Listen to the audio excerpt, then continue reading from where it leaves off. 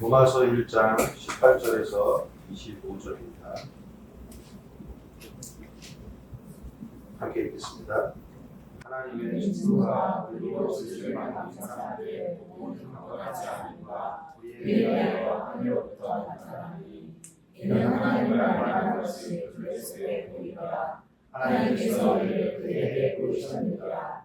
창세로부터 그에 보이지 아니한 것들 곧 그의 영광의 능력과 신성이 그가 만드신 만물에 분명히 보여 알려졌나니 그러므로 그들이 핑계하지 못할지라. 하나님을 알되 하나님을 영화롭게도 아니하며 감사하지도 아니하고 오히려 그 생각에 영광하였으며 미련한 마음이 어두워졌나니 스스로 지혜 있다 하나 어리석게 되어 썩어지지 아니하는 하나님의 영광을 썩어질 사람과 새와 짐승과 뛰어다니는 동물의 모양의 우상으로 바꾸었느니라. 그러므로 하나님께서 그들의 마음의 정욕대로 더러움에 버려두사 그들의 몸을 소속으로 되게 하셨으니 이는 그들이 하나님의 진리를 거짓 것으로 바꾸어 피조물을 존중보다 더 경배하고 섬기며 지능도 영원히 찬송하시리라. 인간은 왜 무너지는가? 로마서 1장 17절까지 1장 1절에서 17절까지의 주제를 아주 명확하게 바울은 복음이 뭐냐? 복음이 뭐냐? 이거를 딱 17절까지 주제를 딱 드러낸 다음에 17절에 하나님의 의가 나타난다. 복음에는 하나님의 의가 나타난다. 계시된다. 이렇게 했거든요. 그리고 나서는 또 18절에 하나님의 진노가 또 나타난다. 이것도 계시라는 단어예요. 그러니까 복음에는 두 개가 있죠. 하나님의 의가 계시되고 하나님의 진노가 계시된다. 그러니까 복음에 두 개가 있는 거예요. 하나는 하나님의 의, 또 하나는 하나님의 진노. 그리고 나서 두 가지를 묶은 게 로마서예요. 하나님의 진노 이야기를 18절부터 시작해가지고 어디까지 가냐면 3장 20절까지 가요. 그러니까 이게 복음에 담겨져 있는 하나님의 의다. 하나님의 진노다. 그게 18절에서 3장 20절. 근데 이 외에 율법 외에 하나님의 의가 나타났으니 그렇게 3장 21절. 그게 로마서 뒤에까지 쫙 이어지는 거예요.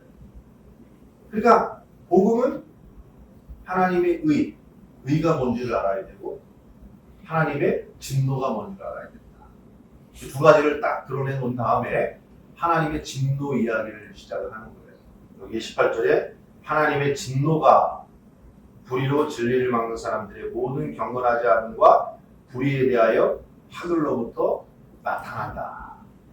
여기 진노라고 되어 있는 이 모르게라는 단어는요. 이렇게 보고서 굉장히 불만족한 상태, 감정적인 단어도 포함돼요. 그 상태를 봤을 때 굉장히 불만족스러워하는 상태. 여러분, 자녀들 보면 불만족스럽죠? 그렇지 않죠? 하나님이 보실 때에 만족할 수 없는, 정말로 하나님의 화가 일으켜나는, 근데 여기서 단순히 감정만 얘기하는 게 아니라 하나님의 거룩성, 하나님의 거룩하심의 상태에 그 앞에 섰을 때 모든 것이 불의함과 불경건함이 드러나면 어떻게 되겠습니까? 하나님의 그 진노가 거기서 막 솟아오르는 그 상태, 감정을 포함하여서 거룩함이 부정하고 더러운 것 앞에 섰을 때 소멸시켜버리려고 하는 그 강한 힘이 있잖아요. 어둠이 빛 앞에 서면 소멸되잖아요. 빛이 어둠을 삼켜버릴 것 같은 그 강한 분노의 상태. 이게 있다, 인간이. 그러면서 무슨 얘기를 하냐면 불의로 진리를 막는 사람들. 하나님의 진노가 불의로 진리를 막는 사람들. 여기서 진리가 뭘까요? 이 진리는 뒤에 나와요. 하나님의 능력과 하나님의 보이지 않는 것, 하나님의 능력과 신성, 그것들이 계속해서 올라온단 말이에요. 올라오는데 여기서 불의로 막는다 그러죠. 막는다는 건 뭐 모른다는 뜻이 아니에요. 그게 모든 만물과 내 안으로부터 하나님을 알만한 것과 하나님의 능력과 신성이 막 밀고 들어오는데 그걸 뭐하고 있냐 하면 알면서 찍어 누르고 있는 거예요. 찍어 누르고 있는 상태. 그거를 불이 하나님의 진노가 하나님의 알만한 능력과 신성이 끊임없이 솟아나고 있는데 그걸 계속 짓누르고 있다 이거예요. 그런 자들에게 지금 하나님의 진노가 나타난다. 그런 거 같아요? 안 그런 거 같아요? 지금 거짓된 진리로 여러분 우주의 삼라 만상 속에 이게 우연히 생겨날 것 같아요. 이게 우연히 생겨날 수 있어요. 여러분 우연이라는 말이 가능한가요? 우리가 뱃속에서 엄마에서 그 잉태되는 순간 신묘막측한 방식으로 잉태가 돼서 어떻게 세포 하나가 이렇게 참 얼굴도 이렇게 하고 춤도 똑같은데 또 달라, 그죠? 어떻게 실수 없이 이렇게 이게 우연이에요? 우연이에요? 어떤 진화라고 하는 그 진화가 신이겠네 그럼? 어떻게 이렇게 기가 막히게 진화를 시켰대?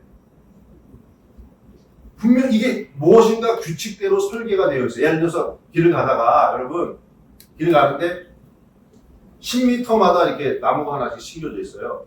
10m마다. 또 가니까 10m마다 나무가 숨겨져 있어요. 또 한 100m쯤 가니까 그 전봇대가 하나 있어요. 10개의 가로수가 있고 10번째에 전봇대가 하나가 있다. 그걸 계속 그 규칙과 패턴을 반복하고 지나가면서 이게 우연인가 아니면 누구의 설계대로 된 건가? 이게 판단이 안 되나요? 당연히 판단이 되잖아요. 우연이라는 것이 아니라면 이 우주는 그거보다 훨씬 더 코스모스예요. 코스모스. 훨씬 더 조화롭고 그 혼돈도 있지만 그 혼돈 속에서 카오스 안에서 코스모스. 하나님의 조화로움이 우주 만상과 우리의 몸 안에 그대로 들어가 있잖아요. 하나님의 보이지 않는 하나님의 신성의 본질이 드러나고 있죠. 드러나고 있잖아요. 그런데 그걸 어떻게 하고 있는 거예요? 찍어 누르고 있는 거예요. 찍어 누르는 거예요. 계속. 거짓된 진리, 인간의 자기 의, 자기 생각을 갖고 찍어 누르는 거예요. 여러분 마음속에 어디 여러분 깐난애기 애들이 이렇게 쌍둥이 이렇게 있는데 애가 막 하니까 엄마가 이제 안 보니까 깐난애기가 쌍둥이 애를 때려요. 그리고서 모른 체 하는 거야. 깐난애기가 애를 때린 다음에 모른 척해. 애가 오니까 모른 체 하고 있는 거야. 그 이제 카메라로 이제 한 거야. 걔는 약한 애를 때리면 안 된다. 때리는 것이 잘못된 거라는 것을 어디서 교육 받고 왔나? 예? 어디 교육 받고 왔나? 우물에 빠지려고 하는 사람이 있어요. 그럼 마음속에서 막 치근한 마음이 일어나죠? 그거 어디서 뭐 교육 받았어요? 근데 배우지 않았는데 왜 연약하고 약해져 가는 것들을 보고 마음이 치근해져요? 막 치근해지잖아요. 문화 차이고 상대주의면 우리나라는 그런 걸 치근히 여길 수 있어야 되고 다른 민족은 그거를 당연히 여겨야 되고 고소하다 그럴 수도 있잖아요. 문화와 상대주의라면. 근데 어느 문화, 어느 시대를 막론하고 연약한 것이 쓰러져 가는 걸 보고 치근하고 마음이 아프다 이거예요. 이건 도대체 어디서 나온 거예요? 어디서? 네? 어디서 나온 거예요? 애들이 한 3살, 4살 되면 거짓말 하기 시작해요. 거짓말 딱 해놓고 지 거짓말 안 했대. 거짓말 하면 안 된다는 거를 가르쳐준 적도 없는데 그거를 거짓말하고 양심의 가책을 느낀단 말이에요. 그걸 어디서 배웠냐고. 그게 하나님의 성품으로부터 우리 안에 계속 밀고 들어오는 거잖아요.